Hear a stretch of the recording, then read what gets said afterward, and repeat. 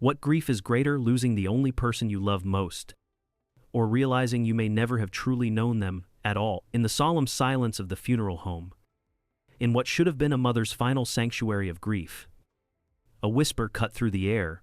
It was the voice of her daughter-in-law, cold and sharp. "I won't care for that old witch." That sentence wasn't just an insult. It was a venom that poisoned the very river of her memories. Her pure grief was now tainted by suspicion and outrage. Should she dig for the truth to seek justice for her son, even if it means destroying the last beautiful image she has left of him? Welcome to the Deepu Cater Stories channel. Be sure to like this video, subscribe to our channel, and let us know in the comments what city you're watching from. The whisper that shattered the silence. My name is Diane Robert. I am 62 years old. And 3 days ago, I buried my only child. His name was Benjamin. My Ben. I used to think that if I could just raise him right, see him happy and settled, then my work in this world would be done. I thought I would have no regrets. But you learn. You learn that life always has one more lesson waiting for you. Usually the hardest one. The funeral home smelled of lilies. A sweet, heavy scent that clings to the back of your throat and settles deep in your coat. It's the kind of smell that follows you home. I knew it would be in my curtains for weeks. I stood by his casket. The mahogany was polished to a dark, liquid shine, and I laid my hand flat against it. The wood was cold, colder than I expected. I tried to understand how my son, my strong, vibrant Ben, only 35 years old, could be lying so still inside that box. The doctors called it sudden cardiac arrest, a storm that came out of a clear blue sky. That's what they said. They spoke in terms that were meant to be comforting, I suppose, clinical, distant. But their words didn't fill the hole he left behind. Nothing could. People moved around me in a sea of black clothes and quiet murmurs. Friends, family. They'd come to offer condolences, their faces soft with a pity I didn't want. I had been standing for hours. My own face, a frozen mask. The kind of mask you wear when you're trying with all your might not to shatter into 1,000 pieces on the floor. I traced the edge of the wood with my fingers. This was the last physical thing between me and my son. The final door. That's when I saw her. Ashley, my daughter-in-law. She was standing near the back of the room, tucked into a small alcove where they kept the water cooler. She had her phone pressed to her ear. Her back was mostly to the crowd. But the acoustics in that old building, they carried sound in strange ways. I saw the tension in her shoulders. Even from across the room, she wore a black dress that fit her perfectly. Her makeup was flawless. She looked like a widow from a movie, but her grief felt thin, like a coat that wasn't quite warm enough for the cold. She kept glancing at her phone. A quick, almost frantic little movement. My throat was dry. A dessert. I needed a glass of water. I started to walk towards the alcove, moving slowly through the clusters of mourners. My knees ached with a dull, steady pain. As I got closer, I could hear her voice. It was a whisper, but a sharp one, a whisper that cut right through the low, sorrowful hum in the room. She was talking to her sister, Rachel. I recognized the rhythm of their one-sided conversations. A pause. Then, Ashley spoke again. "When be Bringley, I don't know how I'm supposed to handle the kids and her," she said. The words were quiet, almost silent, but I heard them, every single one. My hand stopped on the back of a padded chair to steady myself. "I swear," she continued, her voice dropping even lower, laced with something hard and brittle, something like ice. "I won't care for that old witch." A beat of silence that felt like a year. She can figure it out herself. The air left my lungs in a silent rush. The room, with its lilies and its quiet grief, tilted on its axis. Old witch? The words echoed in the sudden, vast emptiness inside of me. Was she talking about me? She had to be. There was no one else. I stood frozen, hidden from her view by a large floral arrangement. My heart, which I thought had already broken, I found a new way to break. It splintered. I thought back to just last week.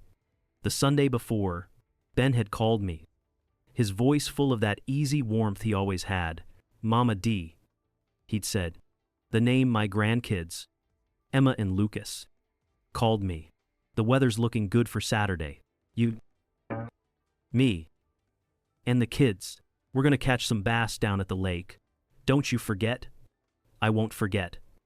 Baby, I'd told him, smiling into the phone. Now, standing in the funeral home, that memory felt like it belonged to another woman, a story from a different life. The woman who was my son's wife, the mother of my grandchildren, thought I was a burden, a witch, and she had said it while my son, her husband, was lying in his casket just 50 feet away. I turned around.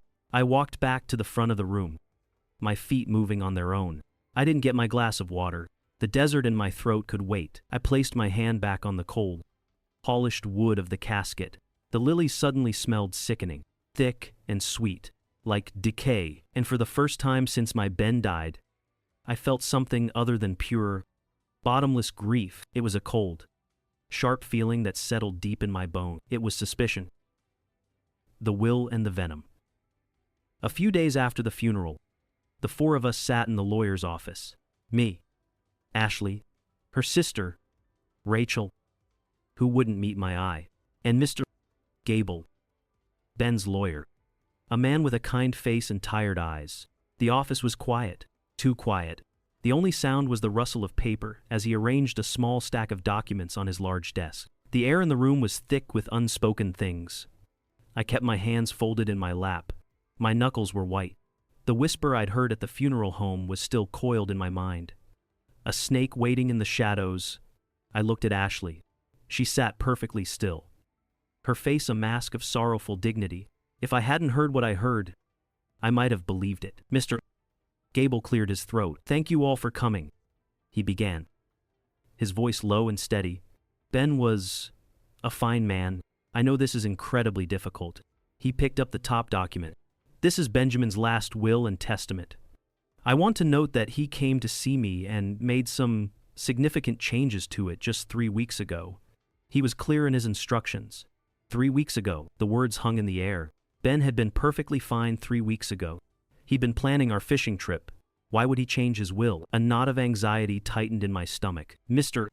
Gable began to read. He spoke in that dry, formal language of the law. There were provisions for the children, Emma and Lucas, a trust fund, a generous one. It was to be managed by an executor until they turned 25. That was Ben, always thinking ahead, always making sure his children were taken care of. Then, Mr. Gable paused. He looked up, first at me, then at Ashley. Regarding the primary estate, he continued, his voice careful, which includes the house on Sycamore Lane, all investment portfolios, and the remainder of his savings. He took a slow breath. Benjamin left everything, in its entirety, to his mother, Diane Roberts. The room went silent, a deep, profound silence, the kind where you can hear the blood rushing in your own ears. I stared at Mr.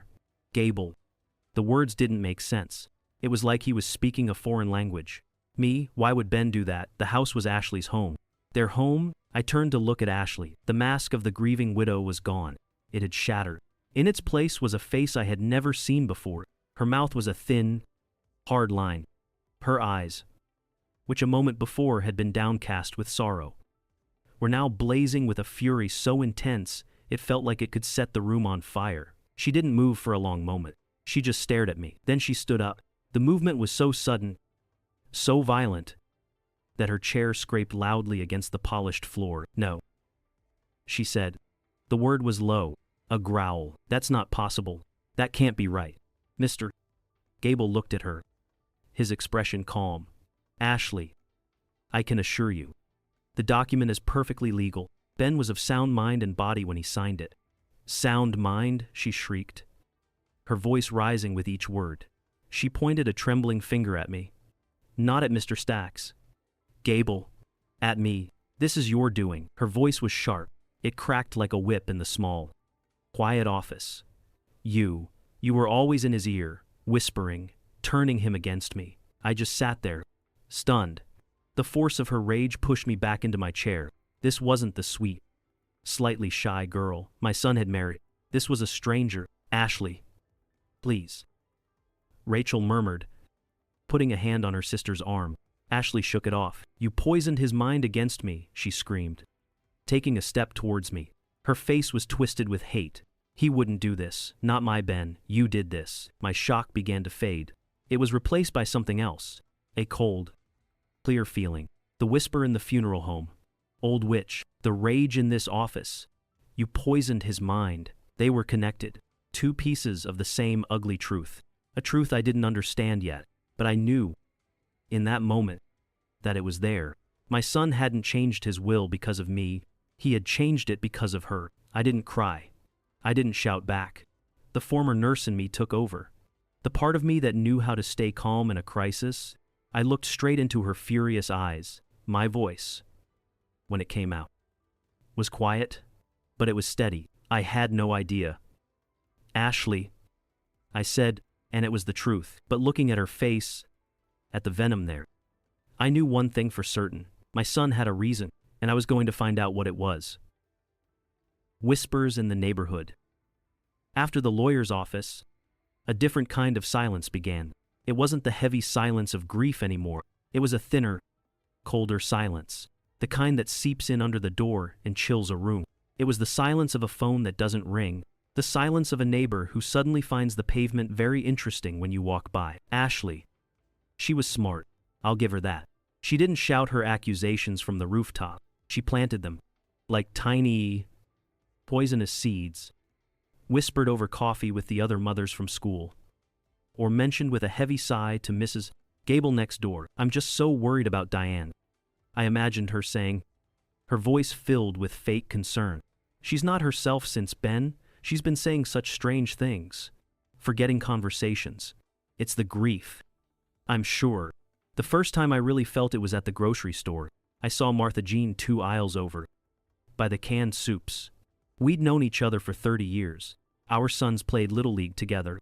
We'd shared countless cups of tea on my porch. Complaining about the heat and our husbands, I smiled, ready to walk over, but she saw me. And her face, it changed. Just for a second, a flicker of something like pity, maybe mixed with fear. She gave me a tight little nod, then quickly turned her cart and hurried down the aisle. Away from me, I stood there, holding a box of cereal. My hand felt heavy. The bright colors on the box seemed too loud. I left my cart right where it was and walked out of the store.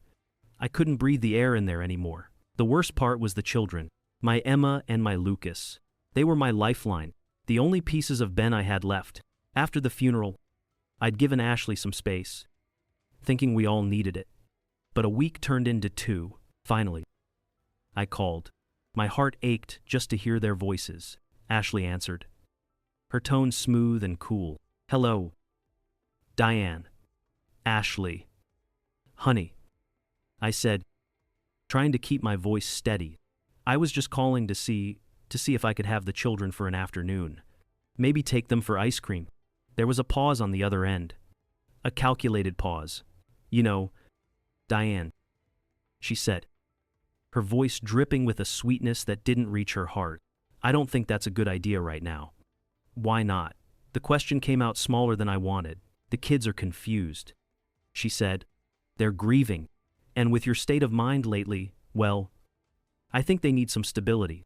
They need space from you right now. Diane, it's for the best. Space from me." The words hit me like a physical blow. Me. Their Mama D, who had rocked them to sleep and kissed their scraped knees and baked their birthday cakes every single year. She was using my own grandchildren as a weapon against me. The phone felt slick in my hand. I hung up without another word. That night, I started to doubt myself. I sat alone in Ben's old room, surrounded by his things. The smell of him still lingered on a sweater I couldn't bring myself to wash. I looked in the mirror and saw a tired, old woman. Her eyes were puffy. Her face was etched with lines of grief. Maybe she's right. A small, ugly voice whispered in my head.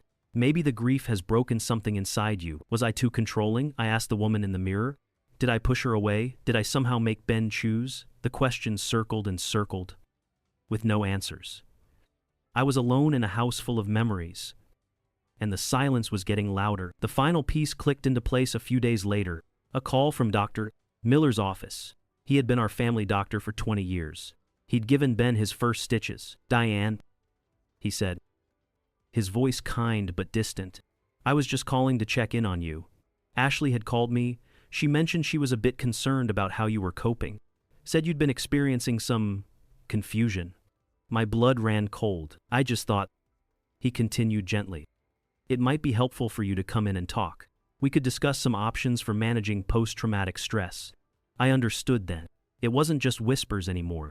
She was building a case against me. She was laying a foundation, brick by brick, to prove that I was unstable, that I was losing my mind. The will, the money, the house, it all made sense. She wanted to take everything, and she would use my own grief, my own love for my son, to do it. I felt so alone, like the whole world had turned its back on me, believing her story over the truth I hadn't even found yet. Have you ever felt that way, like you were screaming into a void with no one to hear you? Tell me your story in the comments below. I want to know I'm not the only one. The unlikely ally. The days that followed were a special kind of quiet. The quiet of an empty house. The quiet of a phone that doesn't ring. I had started to believe the whispers. Maybe I was losing my mind. Grief can do strange things to a person. I would sit in Ben's old armchair, the one with the worn fabric on the arms, and I would talk to him. I would ask him what I was supposed to do. The silence was always his only answer. I was thinking about giving up. Maybe Ashley was right. Maybe it was for the best if I just stayed away. The thought was a physical pain, a heavy stone in my chest, but the fight was leaving me. Then, one rainy Tuesday afternoon, my phone buzzed. A number I didn't recognize. I almost didn't answer. Hello, I said. My voice weak. Diane. The voice on the other end was hesitant. Young. It's Rachel, Ashley's sister. I sat up straight. I couldn't imagine why she would be calling me. Can you meet me? She asked. She sounded terrified. Please, don't tell Ashley. I just need to talk to you. We met an hour later at a small coffee shop in the next town over. A place with cracked vinyl booths and the smell of burnt coffee. It was anonymous. Safe. Rachel was already there, huddled in a corner booth. She looked like a frightened bird. She was twisting a paper napkin into shreds on the table. She didn't look up until I sat down across from her. Her eyes were red. Thank you for coming, she whispered. I just nodded, waiting. She took a shaky breath. I can't do this anymore, she started, the words coming out in a rush. I can't watch her. What she's doing to you, what she's doing to Ben's memory. It's not right. My heart started to beat a little faster. What is she doing? Rachel, I asked, keeping my voice low. Rachel looked down at the pile of shredded napkin. She has a problem, Diane, she said, her voice barely audible. A gambling problem. Gambling. The word didn't fit with the image I had of Ashley. The perfect mother, the careful homemaker. It started small. Rachel continued, finally looking at me. There were tears in her eyes now. Online stuff. A little here, a little there. But it got bigger, much bigger. Ben found out a while ago. He tried to help her. He paid off some debts. But it didn't stop. It got worse. Every word she said was like a key turning in a lock I didn't know existed. She's in trouble, Diane. Bad trouble. The will, Ben changed it to protect the kids. To protect you. He was scared of what would happen if she got control of the money. I felt a surge of something hot and powerful inside me. It wasn't just grief. It was anger. A clean, righteous anger. I wasn't going crazy. I wasn't a witch. I was a shield. The shield my son had put in place. I'm so sorry, Rachel said, crying openly now. I should have said something sooner. I was scared of her. What am I supposed to do? I asked. It was my word against hers. Rachel reached into her purse. She pulled out a single, small key on a plain silver ring. She slid it across the sticky tabletop towards me. Ben gave this to me about a month ago, she said. He told me if anything ever happened to him, and if Ashley started acting strange, I was supposed to give it to you. My fingers trembled as I picked up the key. It was cold and solid in my palm. A piece of my son's foresight. It's for a storage unit, Rachel said, writing an address on a clean napkin. Off the old highway. He moved some of his old work things there. He said there was a laptop, an old one. He said everything you needed to know was on it. I looked from the key to the address, then back to Rachel's tear-streaked face. Hope. It felt foreign, almost painful after so many weeks of darkness. But it was there. A tiny flicker of light at the end of a long, dark tunnel. I wasn't a victim anymore. I wasn't a confused old woman. I was a mother with a key. A mother on a mission. I stood up. My knees didn't ache anymore. Thank you, Rachel, I said. And my voice was not weak. It was strong. It was the voice of a woman who finally knew which way to walk. The digital Pandora's box. The storage unit was cold. The air inside smelled of concrete and forgotten things. The single bare bulb hanging from the ceiling cast long, weak shadows. I stood there for a moment, the key Rachel had given me feeling heavy in my hand. In the corner, behind a stack of dusty boxes and an old crib my Ben had slept in as a baby, was the laptop. It was a sleek, silver machine, closed like a sealed box. A box of secrets. I'm not good with computers. I can check my email, look up a recipe. That's about it. So I called my nephew, David. He's my sister's boy. A smart young man who works in IT. I didn't tell him why. I just said I needed help getting into an old laptop of Ben's to find some photos for the kids. He came over that afternoon. He set the laptop on my kitchen table, the same table where Ben used to do his homework. The screen lit up, asking for a password. Do you have any idea what it could be? Aunt Diane, David asked gently. I looked at the blank line, my mind racing. What would my son use to protect his deepest secrets? It had to be something only he would think of. Something that meant something. I thought of my grandchildren. I thought of the name they called me. Try this, I said, my voice barely a whisper. Emma Lucas. Underscore. Mama Day. All one word. David typed it in. Emam Alucas, M-O-M-A-D. He hit enter. The screen unlocked. A wave of love and sorrow washed over me so strong it almost knocked me off my chair. Even in this, his last defense. He was thinking of us. Of me. David. Bless his heart. I could see I was overwhelmed. He found the photo folders for me, transferred a few to a memory stick, and then made an excuse to leave, saying he'd let me look through the rest on my own. When the front door clicked shut, I was alone again. Just me. The quiet house. And my son's open computer. My hands were shaking. I moved the mouse, the little arrow trembling on the screen. I didn't know what I was looking for, but Ben had left this for a reason. I found it almost by accident. A single folder on the desktop, named with just a date. The date was 3 weeks before he died. The day he changed his will. I clicked. The screen filled with files. Dozens of them. Most were PDFs with long, official-looking names. I opened the first one. It was a credit card statement. Ashley's name was on it. I scrolled down. The numbers were staggering. Thousands of dollars. Not spent at department stores or on groceries. The charges were from websites I didn't recognize. Names like Royal Spades Casino and Lucky Lion Slots. Page after page. A river of money flowing out. I opened another file, then another. It was all there. Bank statements showing huge cash withdrawals. Copies of loan applications taken out in Ben's name, with interest rates that made my stomach clench. These weren't bank loans. They were from online lenders with names that sounded predatory, vicious. Then I saw the emails. A folder simply labeled, please. I read the first one. It was from Ben to Ashley. Ashley, we have to talk about this. Another 10,000, we can't sustain this. The kids' college fund is gone. Please. Just talk to me. We can get help. Her reply was short, cold. It was a bad run. I can win it back. Stop panicking. Ben, you're making it worse. His last email, sent just 2 days before he died, was filled with a tired, broken despair. I don't know what else to do. I have to protect them. I have to protect my mother.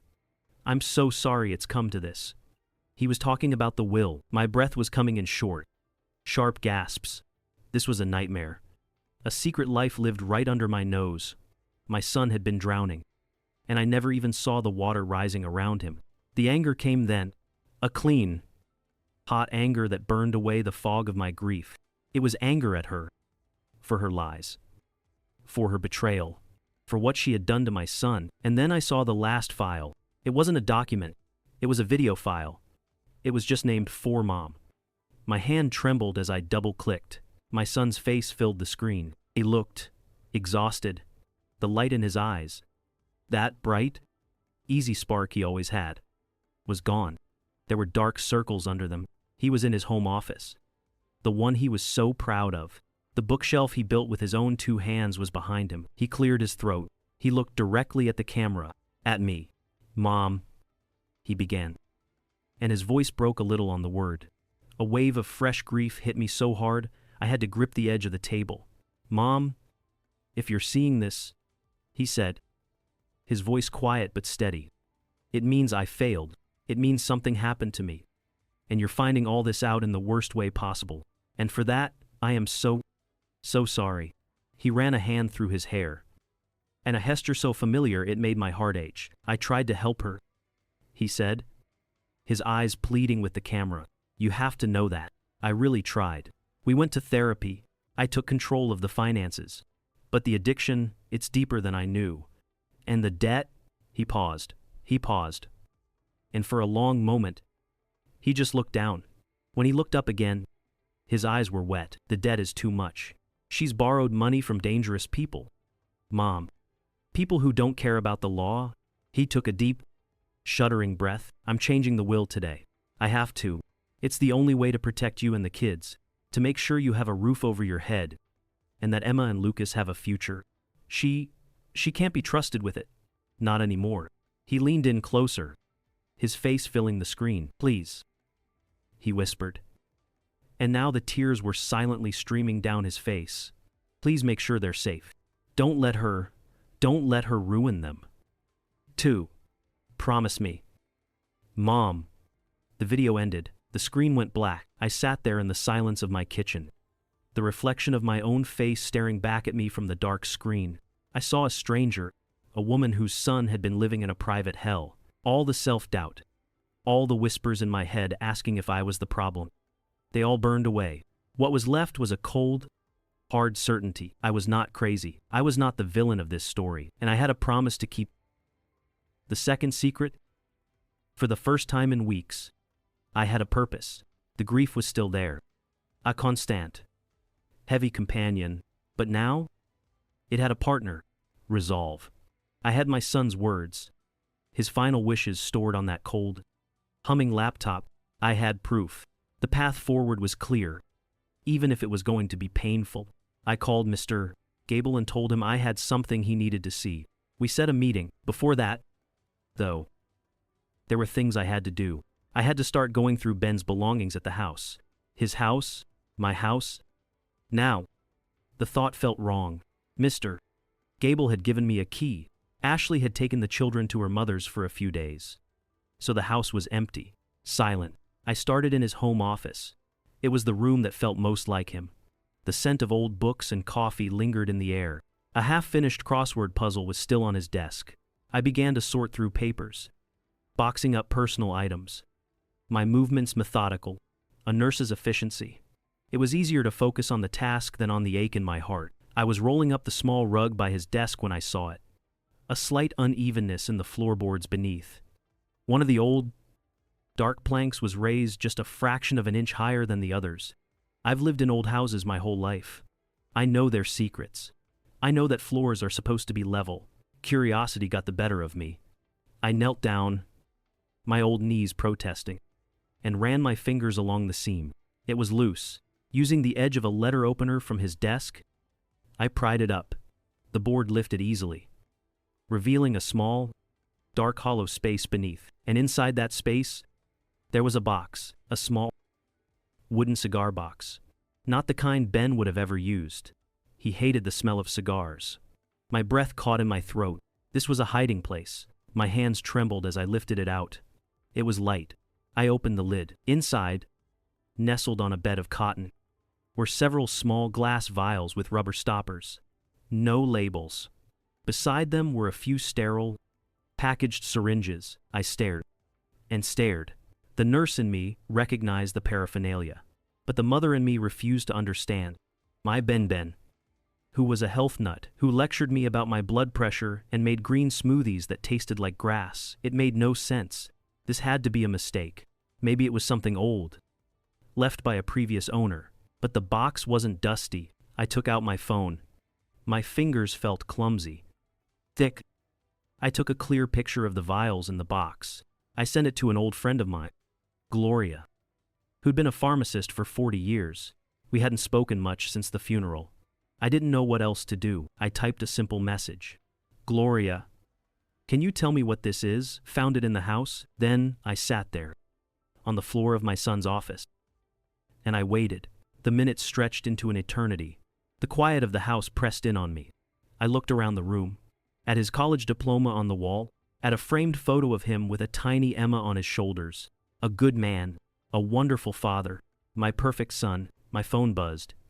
It made me jump. It was a message from Gloria. Diane, where did you get this? Call me. A cold dread began to seep into my bones. I called her. Gloria, Diane, she said. Her voice strained. The vial with the clear liquid is testosterone cypionate. It's an anabolic steroid. The other one, based on the color and common pairings, is likely a stimulant, something like Adderall. But without a prescription, there's no way to be sure. Steroids, stimulants, the words sounded harsh, alien. People use them to build muscle, Gloria explained gently, and to work longer hours, to push past their limits. Diane, this is dangerous stuff, especially for the heart. I hung up the phone. I didn't say goodbye. I sat there on the floor, the cold wood seeping through my clothes, the laptop, the gambling debts, Ashley's lies. All of that had made a terrible kind of sense. It was a story about her betrayal, but this was a story about him. And suddenly, a reel of memories started playing in my mind, unspooling. But this time, I saw them differently. I saw Ben, a few months ago, looking thinner in the face but bigger in the shoulders. I'd told him he looked tired. He'd just laughed and said he was working out hard. I remembered his temper, which had been shorter lately. He'd snapped at me over something trivial, then immediately apologized. It was so unlike him. I remembered him staying up late, working on his laptop after the kids were in bed. He said it was just a big project at work. He'd seemed driven, almost frantic. How could I not have seen it? How could I have been so blind? Was I so caught up in my own world, so content with the image of my perfect son, that I had missed the struggle happening right in front of me, the pain he must have been in, the pressure he must have felt? The first secret, Ashley's secret, had filled me with anger. It gave me a direction, a fight to win. But this secret, my son's secret, it just broke me. It broke me in a way I didn't know I could be broken again. The story was no longer simple. There was no villain, no hero. There were just two people, lost in their own private darkness, and I, his mother, had been standing on the outside, in the light, with no idea at all. The confrontation. I invited her over on a Tuesday. I chose Tuesday because it felt like a plain, ordinary day. A day with no holidays or memories attached to it. Just a blank space on the calendar. I told her we needed to talk about the kids, about the future. She agreed, her voice wary over the phone. I made a pot of coffee, though I had no intention of drinking any. The smell of it brewing filled the kitchen, a scent of normalcy that felt like a lie. I sat at the kitchen table and waited. The house was quiet, too quiet. Every tick of the old wall clock sounded like a judgment. When the doorbell rang, I didn't jump. My heart was a slow, heavy drum in my chest, steady. I had moved past the anger, past the grief. I was in a cold, quiet place now. A place of clarity. I let her in. She stood uncertainly in the foyer, clutching her purse. Come in, Ashley, I said. My voice sounded calm. It surprised even me. Sit down. She followed me into the kitchen and sat at the table, choosing the chair furthest from me. She wouldn't meet my eyes. She stared at the floral pattern on the tablecloth. I didn't offer her coffee. I just sat down opposite her. The silence stretched between us, thick and heavy. I slid a thin manila folder across the table. It stopped just in front of her. What's this? She asked, her voice tight. Proof, I said. She opened it. Her face was a careful, blank mask as she looked at the first page, one of her credit card statements. She flipped through them quickly. The bank withdrawals, The loan documents. I watched her knuckles turn white as she gripped the papers. When she was done, she pushed the folder back towards me. Ben had a problem with money, she said, her voice low and even. He was always taking risks. I tried to stop him. The lie was so bald, so effortless. It was almost impressive. The woman from the lawyer's office was back. Cool. Defiant. I didn't say anything. I just reached into the pocket of my cardigan and pulled out a single photograph. It was the picture I had taken of the box from under the floorboards. The vials, the needles. I placed it on the table between us. I slid it over the polished wood until it touched the edge of her folder. Her eyes flickered down to the photo, and, for the first time, her composure cracked, just a little, a tiny tremor in her lower lip. Her mask had a hairline fracture. I leaned forward slightly. My voice was not loud. It was barely above a whisper, but it filled the entire room. This was what you were really fighting about that night, wasn't it? She stared at the photograph. She didn't answer. It wasn't just the money. I continued, my voice still quiet, still calm. It was this. You found this, and you were going to use it. Ashley finally looked up at me, and, in her eyes, I saw it all. The defiance crumbled, and underneath was a raw, desperate fear. You don't know anything, she whispered. I know my son. I said, I know he was trying to be perfect. Perfect husband, perfect father, perfect son. And I know that kind of pressure can make a person do things they wouldn't normally do. He was struggling, and you found his secret. The tears started then. Not the delicate, controlled tears from the funeral. These were ugly, ragged tears. Her whole body began to shake with silent, wrenching sobs.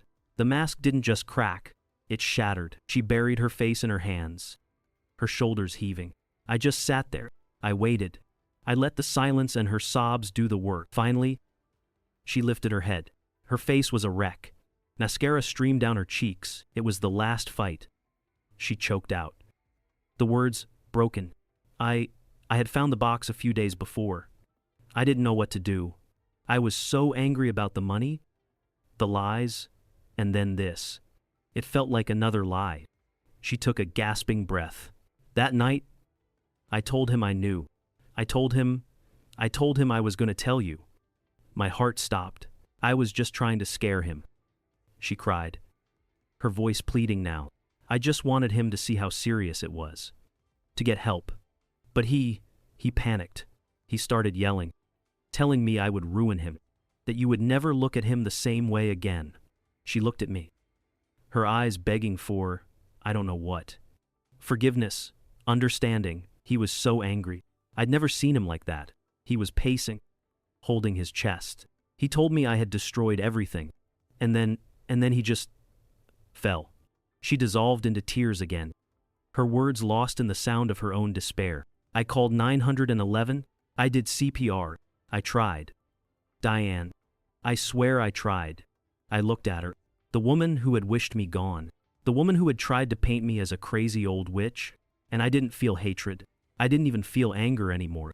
All I felt was a profound, bone-deep weariness. This wasn't a story about a villain and a victim. It was a tragedy. A tragedy of secrets and lies and two people who had failed each other in the worst possible way. Ben, with his secret shame. Ashley, with her secret addiction. Their secrets had collided and created a disaster that had taken my son and ruined what was left of our family. In that moment, sitting across from the woman I thought was my enemy, I saw only a landscape of ruin. Two broken people, haunted by the secrets of a man we both loved. If you are still listening to this, please, leave a comment for me below. Just type, I am still with you. Diane. It would mean so much to me, just to know that someone is walking this path with me. Your presence is the greatest comfort. And it gives me the strength to tell you the final parts of this story, the part where we try to build something new from the ashes. No victors, only survivors. I didn't go to her. I didn't offer a tissue or a comforting word. The anger I had felt was gone, washed away by the tide of two terrible truths. All that was left was a deep, bone-weary exhaustion, and a clarity that was as cold and hard as a hospital floor. There were no victors here. There were only survivors, and two of them were very small. and they were sleeping in their beds at their other grandmother's house. With no idea that their world had been built on a foundation of secrets, I waited until her sobs quieted into ragged little breaths. Then I spoke. My voice didn't hold any anger. It didn't hold any pity either. It was the voice I used to use late at night in the emergency room, when a family needed to hear the facts, no matter how hard they were. It was the voice of a nurse. It was the voice of what had to be done next. "This is not about you," I said, my voice steady. "And it's not about me, and it's not even about Ben anymore. This is about Emma and Lucas." Ashley looked up at me, her face pale and streaked with mascara. She looked like a child, a lost child. "I am not doing this for you, Ashley," I said, and I needed her to understand that. I needed the lines to be clear. "I am doing this for them. Their world has lost its father. It will not lose its mother to debt or to addiction." I had a piece of paper on the coffee table. I had written down my terms before she arrived. My hand hadn't shaken when I wrote them. I pushed it across the table towards her. "This is what is going to happen," I said. She stared at the paper as if it were a snake. "First," I began, laying it out point by point, so there would be no confusion, "I will use a portion of Ben's estate to settle your most immediate debts, the dangerous ones, not because you deserve it, but because I will not have those kinds of people anywhere near my grandchildren. Second, you will check yourself into an inpatient treatment program for gambling addiction, a reputable one. Mr. Gable will help arrange it. You will complete the entire program. No excuses. Third, I will file for legal guardianship of Emma and Lucas, and you will not contest it. When you have completed your treatment, and when a court-appointed therapist agrees, you will have supervised visitation rights. Supervised. Do you understand? Fourth, this house will be sold. The proceeds, along with the rest of Ben's estate, will be placed into the trust fund for the children. Not for you, not for me. For them." I stopped. I had said all I needed to say. The room was silent again. The only sound was the ticking of the grandfather clock in the hallway, the same clock that had marked the time of Ben's childhood. Ashley didn't speak for a long time. She just sat there, her head bowed, staring at the list I had written. I watched her shoulders shake. She was a ruin of a person, a life wrecked by bad choices and secrets. Just like my son, I expected her to fight, to argue, to find some last scrap of defiance, but she didn't. When she finally looked up, the fight was gone from her eyes. All I saw was a deep, swimming shame. She nodded. Just once. A small, defeated movement. "Okay?" she whispered. Her voice was hoarse. "Okay? Diane." It was the first time she had used my name without a sneer. There was no sense of victory. There was no satisfaction. I had won nothing. I had only salvaged what was left. I had put a tourniquet on a bleeding wound to save the patient. The patient was my family, or what was left of it. That night, after she left, I walked through my quiet house. I stopped in front of a picture of Ben on the mantelpiece. He was smiling, holding a tiny, bundled-up Emma in his arm. The perfect father, the perfect son. I saw him differently now. I saw the pressure behind that smile. I saw the weight he was carrying. "Oh, baby," I whispered to the picture. "Why didn't you just tell me?" The picture, of course, didn't answer. The silence in the house was my only reply. And in that silence, I understood. We had all failed each other, and now, I was the only one left to pick up the pieces. New soil. 3 years have passed since that day in my kitchen. 3 years is a long time, and it's no time at all. Grief is a strange clock. It can make a single second last a lifetime, and then a whole year can disappear in the blink of an eye. We sold the old house. There were too many ghosts in those hallways, too many memories etched into the walls. We moved to a smaller place on the other side of town. It has a big backyard with a sturdy old oak tree, and a porch that gets the morning sun. It's quiet here. It's peaceful. Our life found a new rhythm, a quiet, steady beat. It's a rhythm built on small, ordinary things. The smell of pancakes on a Saturday morning, the sound of Lucas laughing as he tells me a silly joke, the sight of Emma bent over her homework at the kitchen table, her brow furrowed in concentration, just like her father's used to. These small moments, they became the bricks I used to rebuild my world. My days are full now, full of school runs and soccer practice and trips to the library. I help Emma with her math, which is getting harder every year. I read bedtime stories to Lucas, his small, warm body curled up next to me. He still asks for the one about the brave little bear. I think he knows I need to hear it as much as he does. Some nights, after the children are asleep, the silence of the house feels heavy again. I'll sit on the porch and think of Ben. The ache is still there. It's a part of me now. Like a phantom limb. I've just learned how to live with it. I've learned that the pain doesn't shrink. You just grow a bigger life around it. Ashley is still a part of that life. A distant, complicated part. She did what our agreement required. She went through a rehab program. She goes to her meetings every week. She sees a therapist. The court allows her supervised visits twice a month. She comes to a sterile little room at the community center. And a social worker sits in the corner while she plays a board game with Emma and Lucas. I see a change in her. The hard, brittle edge is gone. In its place is something fragile, something quiet and full of a sadness I recognize. She is slowly, painfully, trying to earn back the trust she threw away. Maybe one day she will. For the kids' sake. I hope so. Our relationship is a fragile truce, held together by our shared love for them. We don't talk about the past. There are some canyons that are too wide to ever build a bridge across. I thought this new life, this quiet rhythm of being Mama D, would be the final chapter of my story. I wasn't looking for anything more. I didn't think there was anything more. And then I met Christopher Davis. I met him at a community gardening class. I had decided the new backyard needed more than just grass and an old oak tree. It needed color. It needed life. So I signed up to learn about roses. He was there, a tall man with kind eyes and silver hair, trying to figure out the difference between pruning shears and hedge trimmers.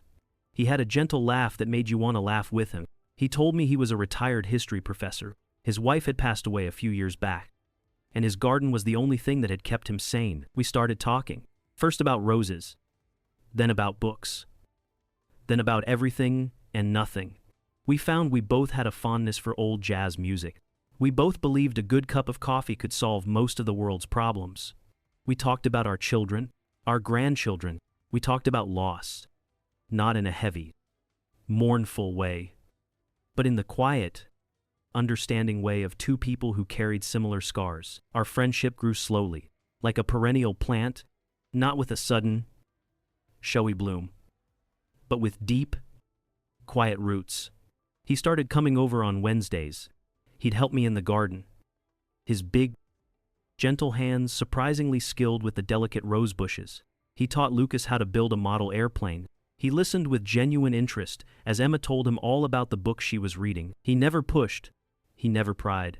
He simply was there, a calm, steady presence in my life. One afternoon, we were sitting on the porch, drinking iced tea.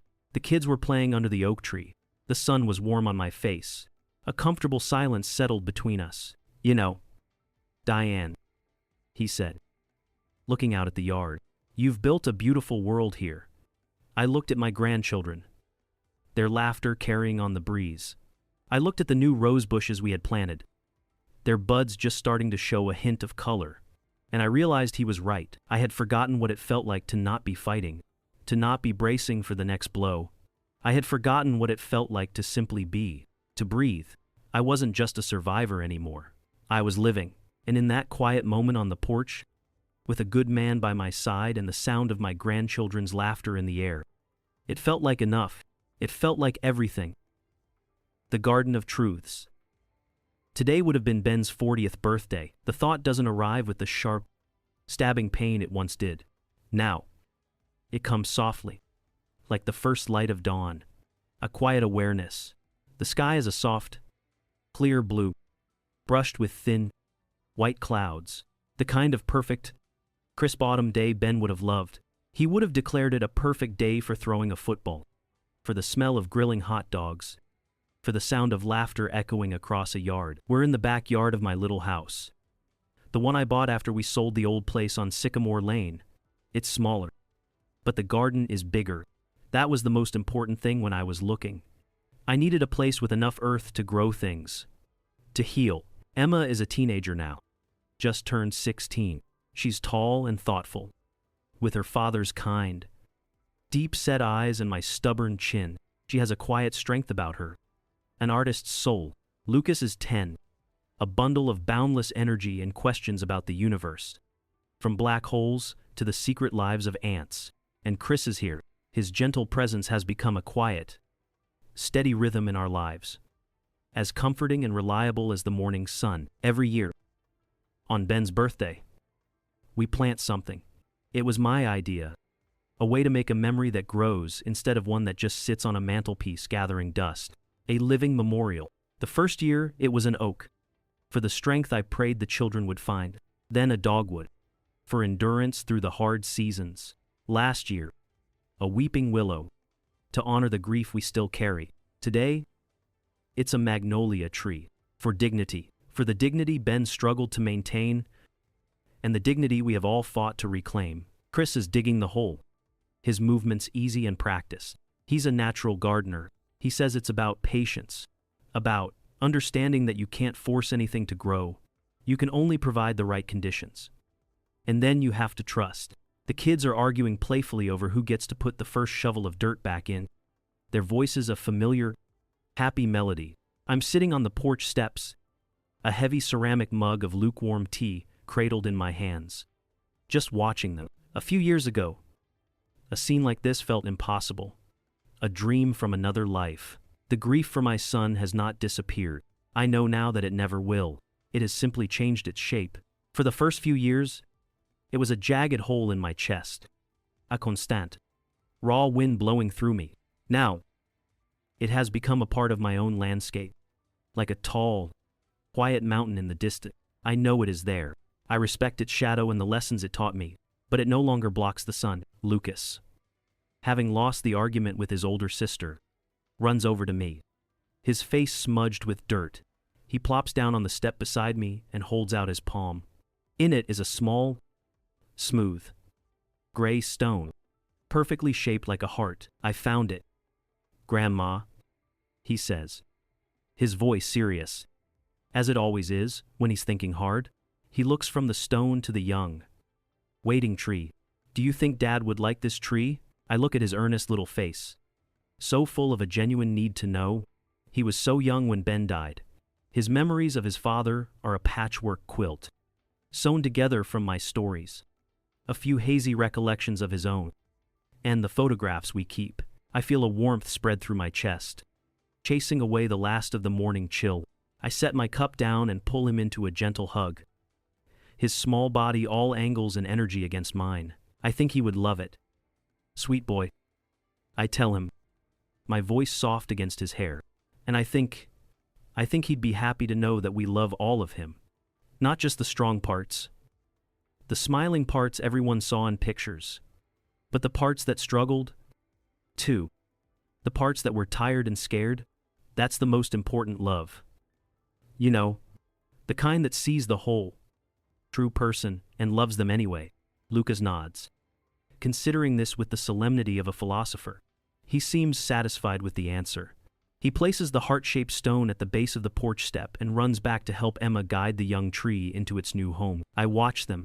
I see their father in the way Emma carefully handles the fragile roots. I see him in the way Lucas throws his whole body into tamping down the soil. His smile, his curiosity, his innate goodness.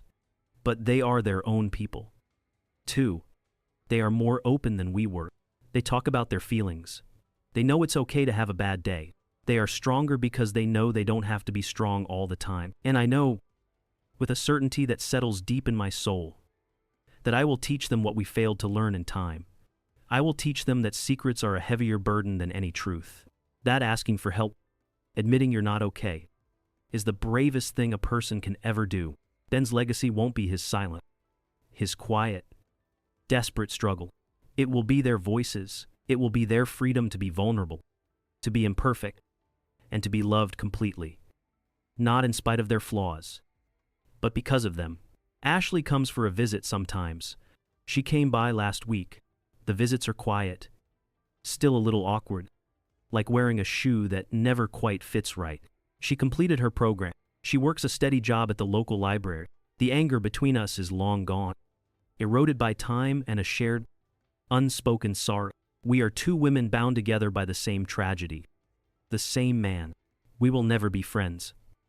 Not in the easy way I once hoped. The trust was broken too badly for that, but we have found a way to be family. A strange, wounded, but functioning kind of family. For the kids, that is enough. Chris comes and sits beside me on the steps. He doesn't say anything. He just rests his hand on the wood near mine. A comfortable, quiet presence. He knows this day is sacred. He knows it's a day for remembering, for honoring the past without being trapped by it. I look at my family, this small, cobbled-together family. My strong, beautiful grandchildren. My kind, patient friend. We are a testament to the fact that life can, and does, go on, not by forgetting, but by carrying the lessons with you.